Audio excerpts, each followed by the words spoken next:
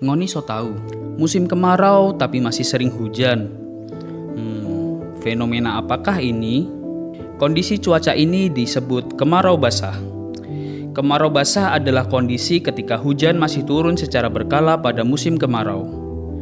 Menurut BMKG, kemarau basah dipicu oleh dinamika atmosfer regional dan global, seperti suhu muka laut yang hangat, angin monsun aktif, serta La Nina dan Indian Ocean Dipole negatif. BMKG pun memperkirakan kondisi ini akan bertahan hingga akhir Agustus 2025. Kemarau basah membawa dampak ganda. Di satu sisi, pasokan air meningkat sehingga mendukung sektor perairan.